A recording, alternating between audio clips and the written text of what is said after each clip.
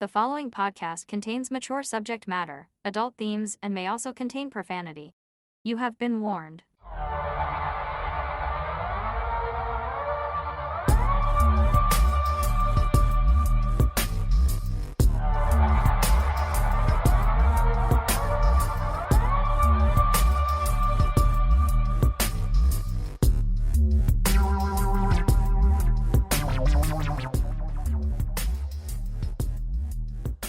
Hello, Absurdians. Hello, and welcome back to the show.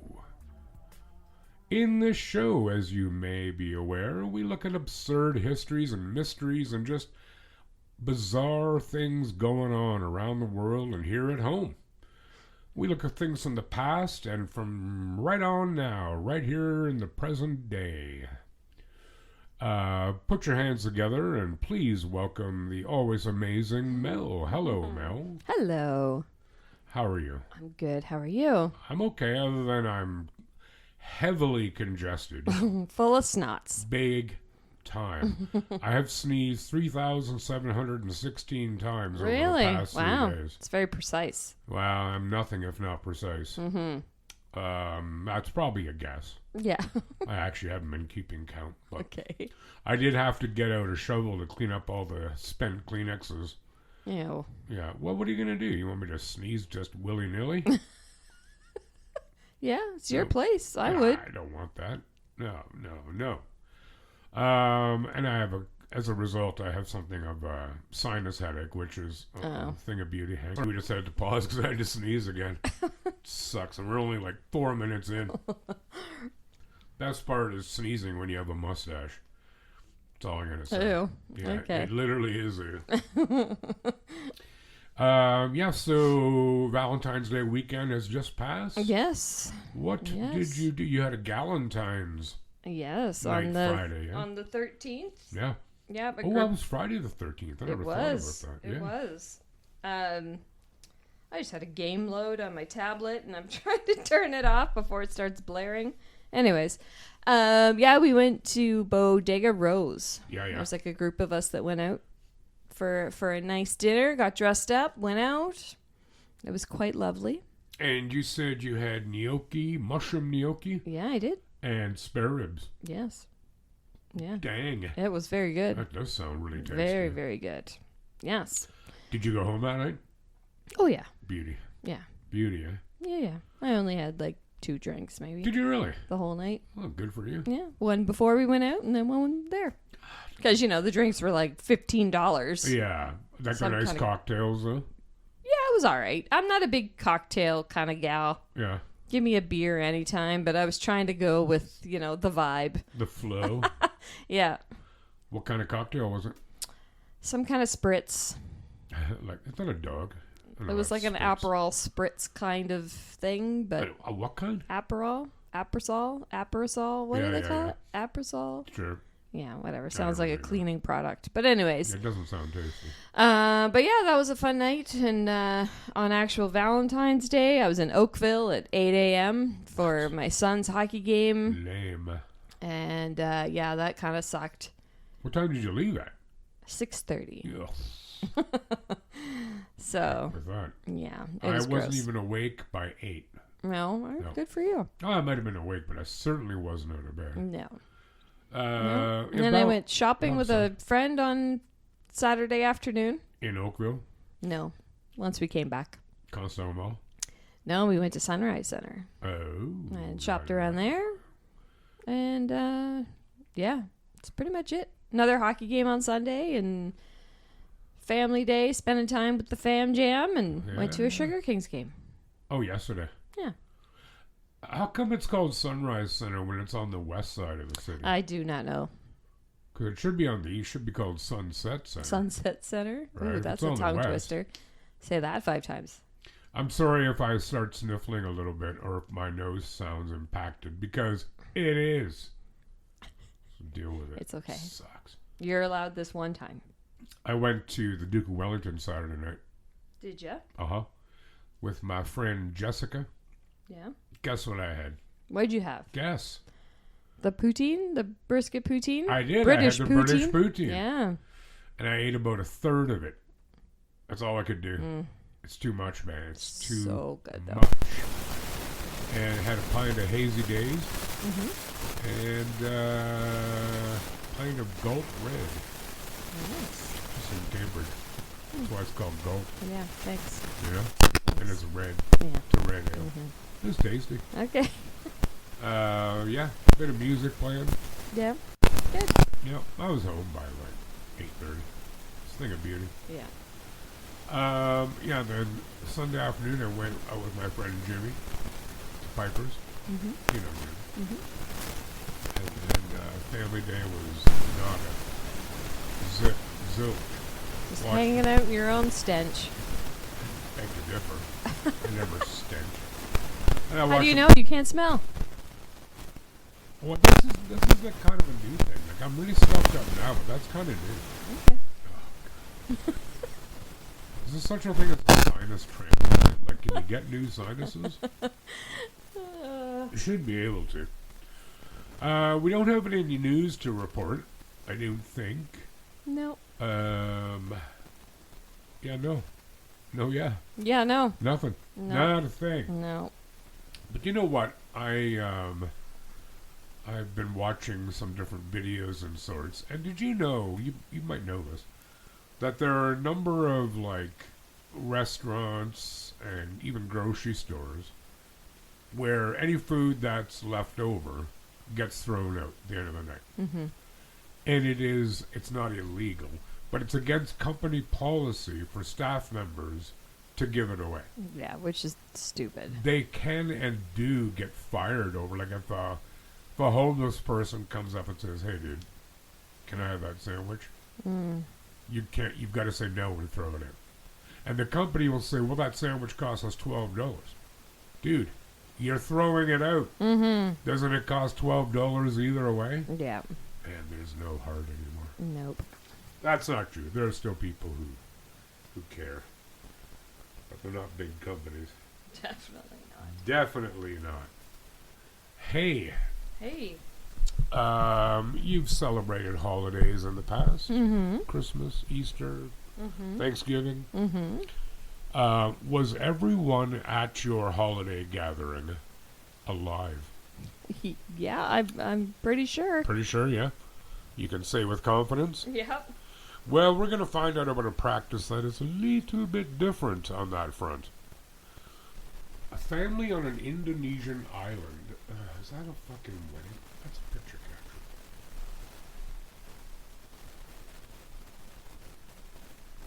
A family on an Indonesian island poses with a relative dressed in a school uniform, while an elderly member of the local community stands patiently as loved ones put a sarong and a white shirt around him.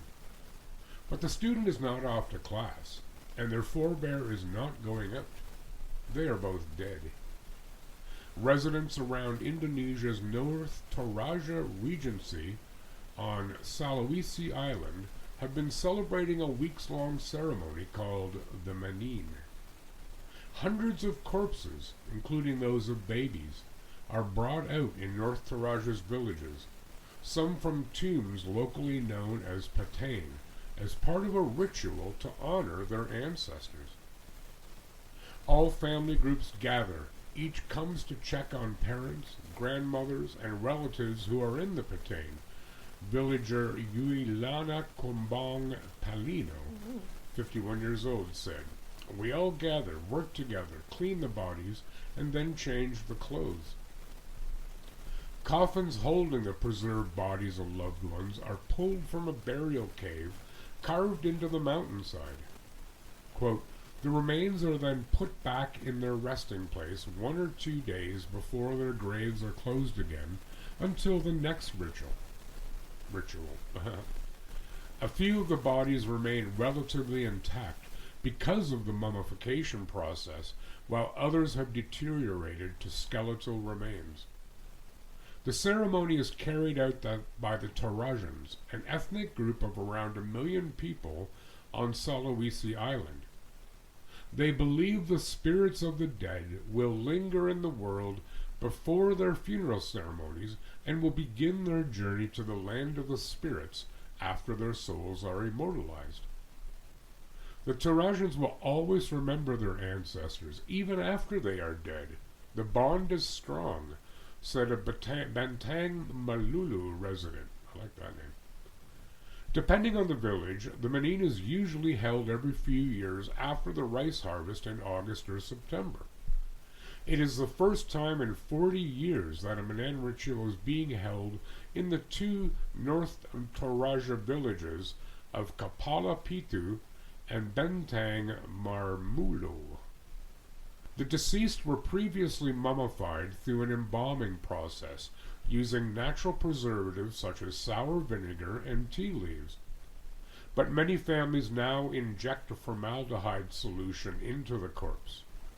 The corpse's display can be shocking for onlooking Western tourists, but for locals, the Manin ritual is an expression of affection to their loved ones. When the Manin is carried out, it is a joy for me personally that we can realize or express our love to our parents who had died, to our grandmothers, child, to relatives. Maybe there are some things that we have not had the chance to do in their lifetime. We can realize it right now, he added. Wow. Yeah, any thoughts of digging up your ancestors Yeah, I and don't think I'm going to do that. clothing them and bringing them in for Thanksgiving? No, I don't think I'm going to do that. Would you like the neck, Uncle Frank? You know?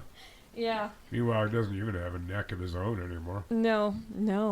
But I'm not going to sit here and, criticize their practice. Oh, well, I mean, if they've always done it, then whatever. Well, But- I mean, it's no weirder than some other stuff. Mm-hmm. I can't really think of anything that we do that's weird. But, I mean, in, Ireland, Mm-hmm. the corpse is laid out in the house where they have a wake. Mm-hmm. And even in old Order Mennonite culture, the body is in the house. I think in a coffin, don't quote me on that. For days of mourning. Really? Thinking of changing religion? I don't think going so. old Order Mennonite? Going to Mennonite? Yeah, You'd I look don't. good I in don't a think. bonnet, though. I know I would. I would can rock suit a you. hat. Yeah, well, let's tell you what. Sometime we'll go to Wallenstein General Store and you can try a bonnet on. Okay. And I'll give you. Have you ever been to that store? Yeah. It's a scene, dude. Yeah, there's a lot of stuff happening in there. They got a lot of stuff. Yes. Period. If you can't find it somewhere else, there's a pretty good shot you'll find it at Wallenstein General Man. Store. I love it. Wallenstein is a little crossroads village just northwest of Elmira. Mm-hmm. Yeah, it's quite a thing. Yes. I haven't been there in a long time. I gotta go check it out Take again. Liam. Take Liam? Yeah, man. He was like, oh my God, what is happening in here? I know. There's candy from way back when. Yeah. My dad got busted for stealing his chocolate bar. Not lately, but when he was a Not little... lately. Yeah, it wasn't like last week no, or something. No, he generally... I don't know. That Bert. But no, he did it as a kid. And, because they lived in Wallenstein, and his mom, my grandma, found out. She made him take it back. Which is fair. You know? I stole a gumball once when I was small. Tell Remember the sour gumballs? Yep. I grabbed a few because I was standing there waiting for someone to come to the till so I could pay. Yep. And they never showed up. And my friends said, well, just take them. Ooh. And I got led by persuasion. And I left, and I felt so bad. I came back, and I told the guy, I'm like, I took these. I want to pay for them. Mhm. And at the time, it would have been like 10 cents probably. You call the police? No. Did they accept your Oh, yeah. explanation? Yeah. I did that too. Apparently when I was a baby, or not really quite walking yet, Mm-hmm. and my parents were in the store. I gotta think of where it might be. I don't know if it was in Linwood or whatever. Mm-hmm. And there was a jar of candies there. Yeah. And I just apparently snatched one up and ate it. Why wouldn't you? Yep, of course. I had no concept of money. No, or, of course not. But it's strangely, I believe the owners of the store ended up being the parents of my aunt by marriage. Oh, yeah? Yeah. So Oh, she's cool. never forgiven me. Yeah. She's held it against me all these years. For stealing. No, my Aunt Leona is awesome. She hasn't done that. She might not even know. I'm going to tell her next family get-together. So, yeah, how the hell do we get from dressing up corpses to candies? I don't know. Probably on me. Yeah, probably. Right. You got a story for us? I do. Go right ahead. A woman who sent videos of herself passing wind in a series of harassing messages to her boyfriend's ex-partner has been given a community order. Shop worker Rhiannon Evans, 25, of UK, pleaded guilty to pursuing a course of conduct amounting to the harassment. Rhiannon. Rhiannon? I think that's the Welsh pronunciation of it. Maybe. Yeah. Prosecutors told the courts in the town how in Evans' first inappropriate video, she proceeds to pass gas by placing the camera on her bottom and farting. She sent 3 more fart selfies to Deborah. Oh, this is a tricky one. Pyrathesh. Yeah, it's Pyrathesh. I thought it was a Welsh name. Via WhatsApp on December 22nd, the court heard. And 4 more in the following days, showing Miss Evans passing wind, her face smiling at the camera. Evans was warned by police, but she sent further messages on Boxing Day and New Year's Day. Evans was arrested at her home, admitted to sending the videos, and was given a 12-month community order and fines. She suggested she wanted to send videos because she felt her partner was being treated unfairly, said prosecutor Diane Williams. It was purely malicious. She was smirking throughout, found it hilarious, but the victim did not. Miss P said in a statement, "I would like to feel safe in my home." Evans had a difficult upbringing, the court was told, and was said to have mental health problems. A probation officer said she had been in a relationship for 2 years and there was bad blood with her boyfriend's ex-partner. Garrett Horst, defending, said there was some issues going on between Miss Evans' partner and his ex-partner with regards to child contact. Child contact? Yeah, like custody. Custody. At the time she sent these videos, she had some drinks and she sent them. Understanding this now caused the victim some distress, but now feels she sent them without malicious intent. Regardless, the wind didn't blow in Evans' favor. Good one. She was handed a 12-month community order and was told to pay 185 Canadian in compensation and 370 Canadian in costs. It was all in pounds, but I converted it just for simplicity. Yeah.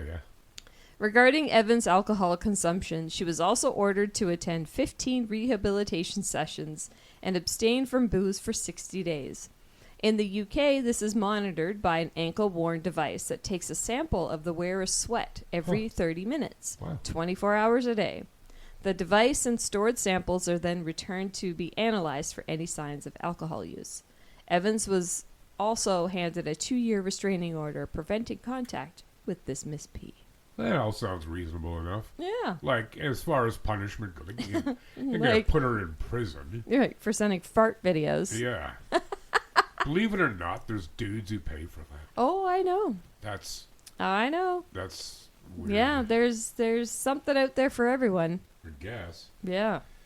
That's interesting, though, that it can, that it analyzes your sweat. Yeah, I thought that was kind of a cool fact. It is.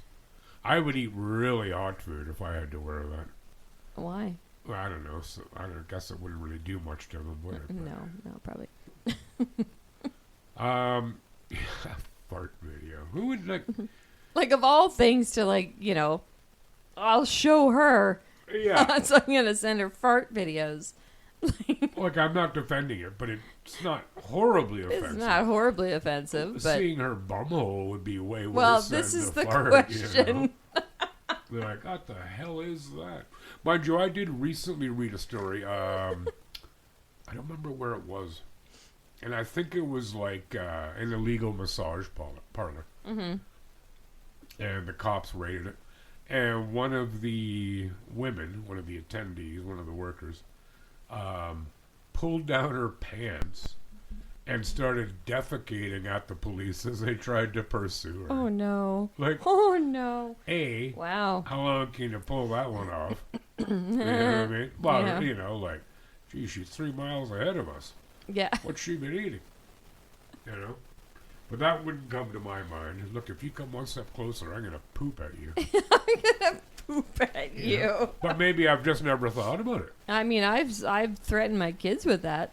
What, to poop at them? Poop on their pillow. Gross. That's always my thing. If they're not listening, I'm like, listen, I'm gonna poop on your pillow if you don't pay attention. Why don't you tell the audience if you've ever actually followed through with that? What, pooping on their pillow? Yeah. No, I did not. Okay, that's good. I've wiped their pillow on my butt just for funsies. Like your clothed butt. Well, yeah, it's not my naked butt. Okay, well, I don't I know. don't go around my house naked. Really? Really? Yeah, I guess you have kids. I have children. Yeah, yes. and a dog. And a dog and a cat. And a cat. There's Yeah. a lot of humans being humans. There's a lot of beating hearts in my house. Wow. Yeah. So that's life in Wales. Eh? Yeah. I should ask my friend Debbie. She's Welsh. If that ever happened to her, if she ever got videos of people farting at her. I hope not. Debbie's nice. Now, correct me if I'm wrong. You said on Friday at your Galentine's you had mushroom gnocchi. Yes. Right. You like mushrooms? I do. Yeah. We're going to talk about a different kind of mushroom. Okay. Yeah. So we're going to go to China. Uh-oh.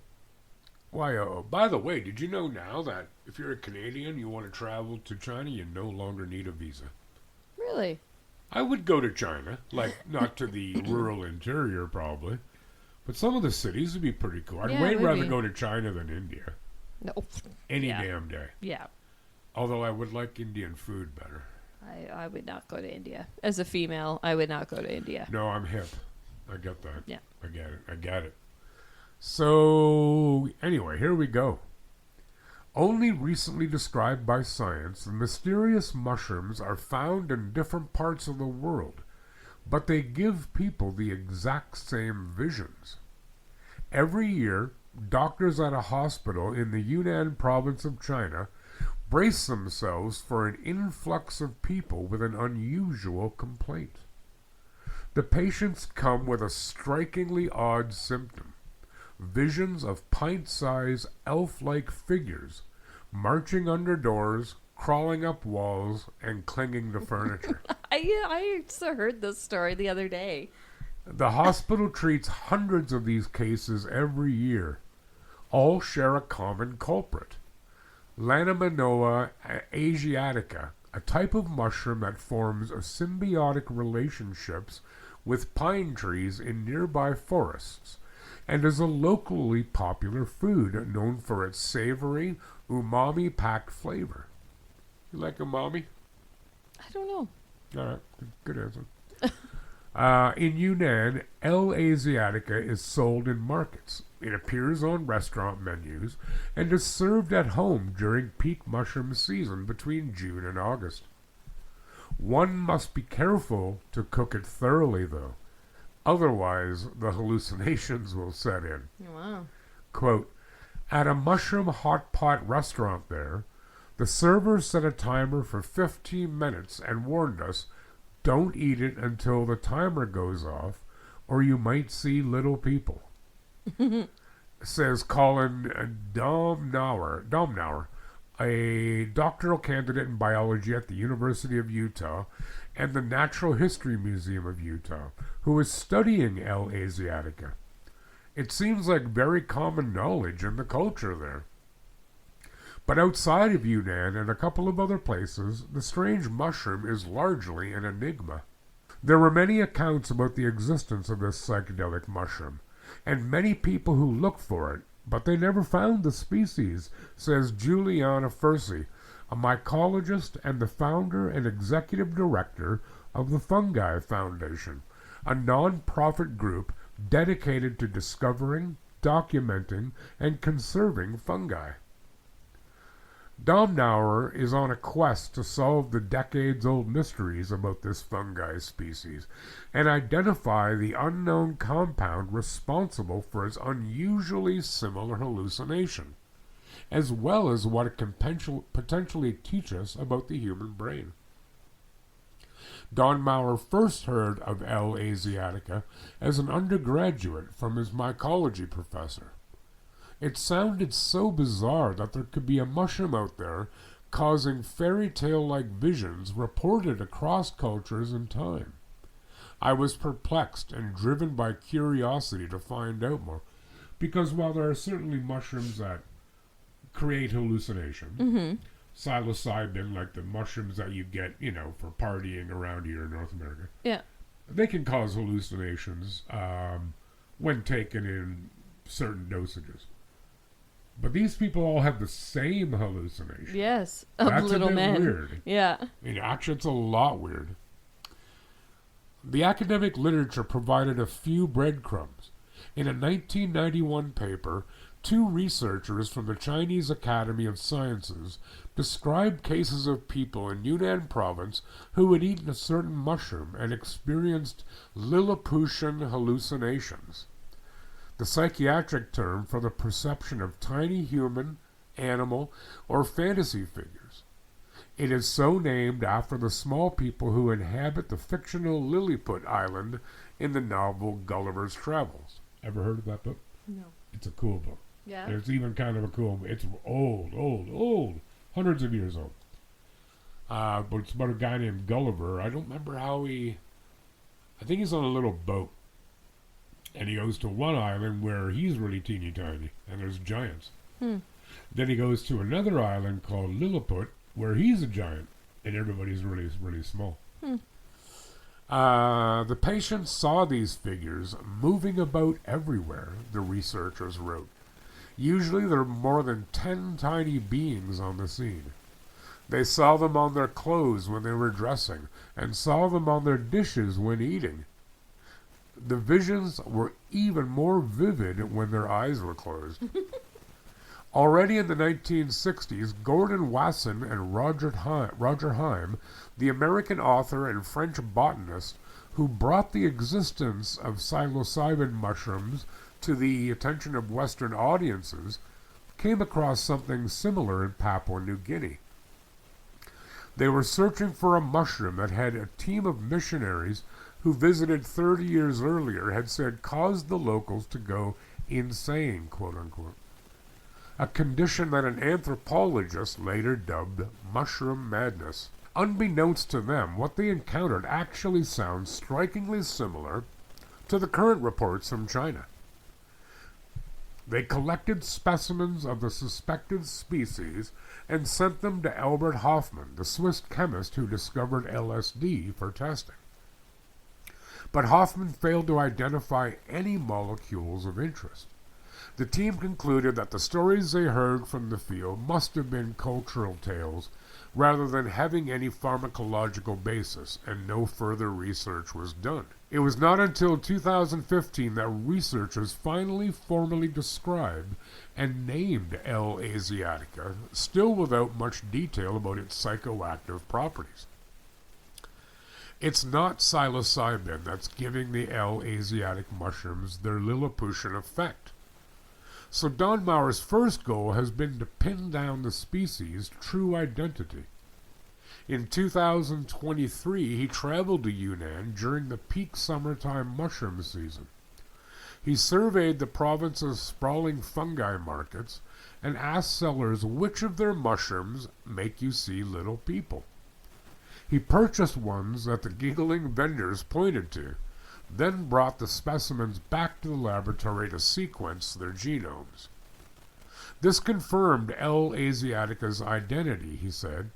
In research he is preparing for publication, chemical extracts from lab specimens produce behavioral changes in mice, similar to those reported in humans. After being issued the mushroom extracts, the mice experienced a period of hyperactivity, followed by a long stupor where the rodents did not move much. Don Mauer also visited the Philippines, where he had heard rumors of a mushroom causing similar symptoms to those from the historical records from China and Papua New Guinea. The specimens he collected there looked slightly different from the Chinese ones. They were smaller and light pink compared to the larger, redder Chinese mushrooms, he says, but his genetic testing revealed that they were indeed the same species. In December 2025, Domnauer's supervisor also visited Papua New Guinea to search for the mushrooms from the Wassenaarheim records, whose identity, Domnauer says, is still a big question mark. They failed to find any, however, so the mystery still stands. It could be the same species, which would be surprising because Papua New Guinea typically doesn't share species found in China and the Philippines. Or it could be a different species, which would even be more interesting from an evolutionary perspective, Domnauer says. This would mean the same Lilliputian effects have evolved independently in different mushroom species in completely different parts of the world. There is precedent for this happening in nature.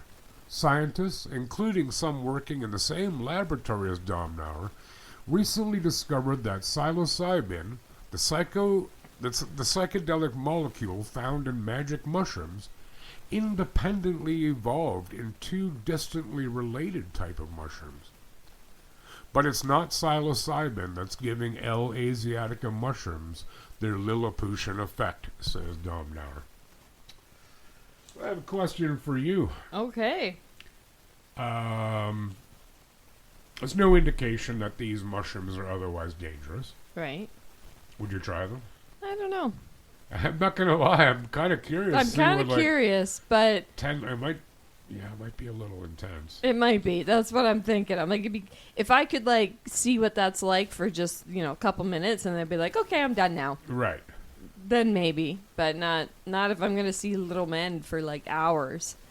Yeah, like on your clothing, on as your you're dressing, yes, on your plate of food as Yeah. you're eating. Yeah.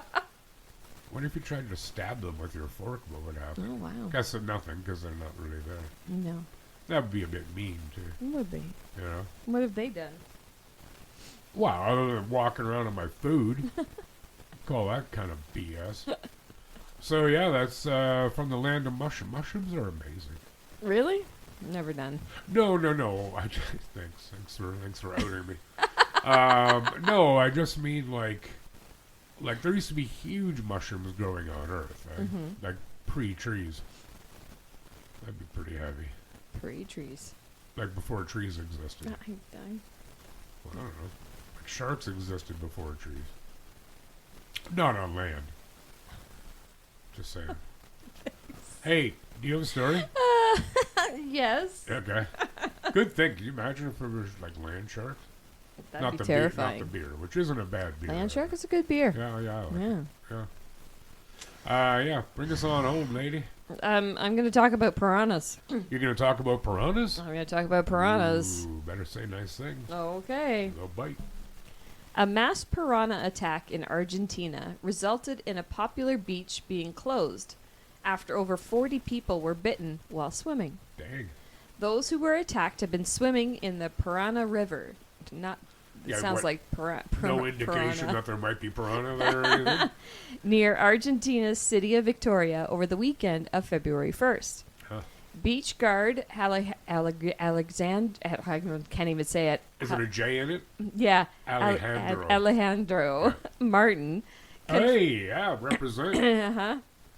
Confirmed that the total of people injured was 46, with him saying that they're all serious and he used up his 3 first aid kits tending to people's wounds. Wow.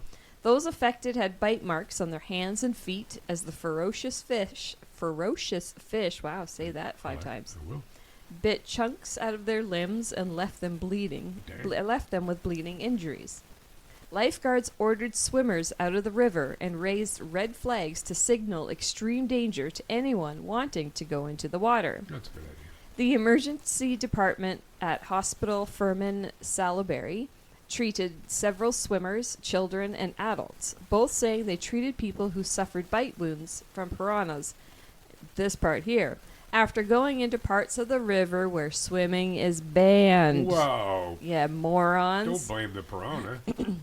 One victim reportedly lost their finger, and lifeguards decided enough was enough after the number of injured people kept increasing.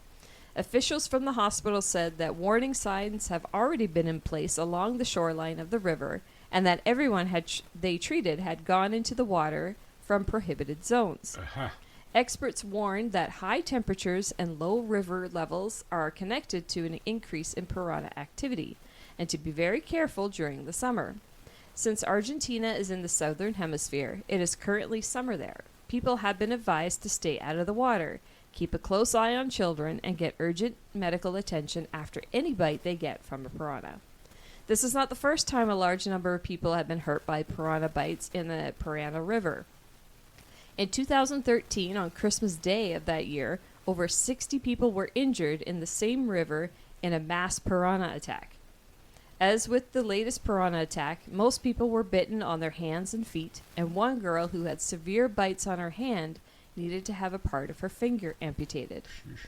A paramedic said the piranhas in the river were very aggressive and that higher temperatures increased the danger posed to swimmers. Meanwhile, less than a month after that attack, the Independent reported another 10 swimmers were attacked by the fish that were described as big, vicious, and with sharp teeth that really bite. I wonder how much that hurts. Probably a lot. Meanwhile, in 2021, up to 30 people were injured in a piranha attack in the same river, with a 13-year-old girl having her big toe torn right off. Oof.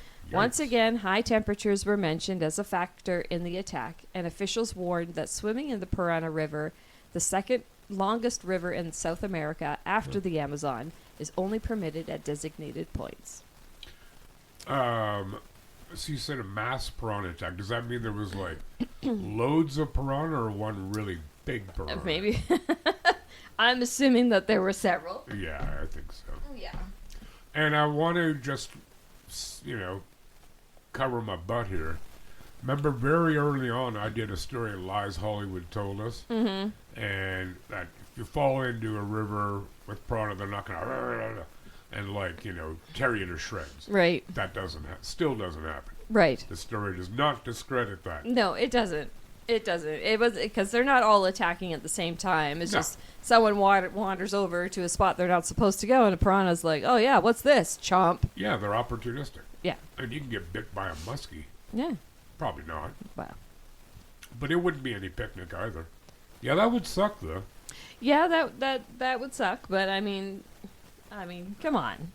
They're told not to go swim in this part, and you go over there. What do you think? Well, and they say that hot weather played a factor. Well, I get cranky when I'm hot too. Well, is that it, or is it because it's so hot that people need to cool down, and they're going in the water? Like I don't know. I don't know if hot weather impacts piranha. I don't know. Piranha. Piranha. That'd be the bad time to have a little pee under the water, wouldn't it? Yeah. Nippy. I think piranha are kind of cool, though. They are cool. Look, they're I've got they're nothing terrifying. Are they, though? Yeah, they are. Oh, okay. With all those teeth. They probably don't have more teeth than we do. No, I'm pretty sure they do. Really? Think Yeah. they have more than, what do we have, 32? Yeah, I'm pretty sure. Pause. No, wait. Don't pause. Hey, Echo. How many teeth does a piranha have? From main-z-animals.com. Though there is no hard and firm number, piranha generally have around 20 teeth that can grow up to 4 millimeters long. By the way, you have 2 numerous... No. Stop. Stop. Shut up. I get so many messages, and they're all about weather. Oh, really? Yeah, dude, I get like 6 a day. There's a chance of snow, and I look up, open the message. You can expect up to 0.6 millimeters, dude. That's a few flakes. Yeah. That's not like worth a notification. No, like for the non-metric people, that's like a fifth of an inch. Mm-hmm. Big deal, Anyway, so piranha have about 20 teeth. Okay. Which I still thought they strikes had me as a more. lot. And they're almost a quarter or a fifth of an inch long. That's pretty big for... Because piranha aren't very big, No. Or Oscar fish. Oscar fish? They're kind of like piranha, too. They're also carnivorous. Carnivorous. Yeah, I'm carnivorous. Well, actually, I'm omnivorous. So today is Pancake Tuesday. Yep. It is. I only found that out this afternoon. I forgot. Yeah. So I'm having leftover spaghetti and meatballs. Are you now? Uh-huh. We had pancakes yesterday With what? with chocolate chips, Eh, a little bit of cinnamon, good call. and sprinkled some icing sugar on the top. Golly. Yeah, they And were very syrup? good. Well, yeah. Oh, okay. Yeah. What do you like better? Okay, no, you got. This is a question. Okay. What is your put these in your order of favorite? Okay. Waffles, French toast, pancakes. Ooh. Pancakes is at the bottom for sure. Yeah, I agree. I dig me some French toast. Word. Yeah. I love French toast. I love me some waffles too. I don't- Like good buttermilk waffles. Oh. Yeah. Mm. I like French toast with fruit on it. Yeah. And then syrup, obviously. Yeah. And butter. Mm-hmm. Lots of butter. Stacked has really good French toast. You know what? What? My folks went there to the one in your hometown. Mm-hmm. Not your hometown, but your town of residence. Mm-hmm. They said it was really good. Yeah. I've only ever been once, and that was the one at the mall, which was meh. I've never been to that one, but the one in Elmira, we've been, oh gosh, half a dozen times anyways. And you've liked it. Yeah. Right. Well, that's good to know. Mm-hmm. I'm going to put it in there. And your Piper Arms should be opening not too long. Yeah, she be coming. Ooh, She's coming doggy. along. Heck yeah. Can't wait. Maybe Ambrose will come work in Elmira. Yeah. Then you woke up in time for work. I saw him Sunday. Did you? Uh-huh. Told him you were thinking about him. Yeah, I'm sure. Yeah, let's not get into it. No. All right. Before we part ways, Yes. you guys know what to do. Tell them anyway. You should give us some 5 stars. Yeah, Wherever review-wise. you're listening to us, please give us 5 stars, subscribe, share, do all those things that we love you to do. Yes, and we want you to do. Mm-hmm. By the way, Deezer isn't gone. No, I thought it was. No, I looked it up yesterday because I'm like, it's actually from France. But all indications were it's still out there. Okay. I guess there's only one way to conclude this. You were wrong. No, just misinformed. Yeah, okay. Yeah, but as Mel said, please do give us 5-star reviews. That really helps us a lot. And follow us on our socials, Facebook, Instagram, Tickety Talk. And yeah. So thank you for coming in. Hope you enjoyed the show. And hopefully you'll be back out next week to listen to us. Yeah. Sorry, I didn't mean to interrupt you. No, I was just yelling. Yeah. So until then, please take good care of yourselves and one another. Bye. Goodbye, everyone.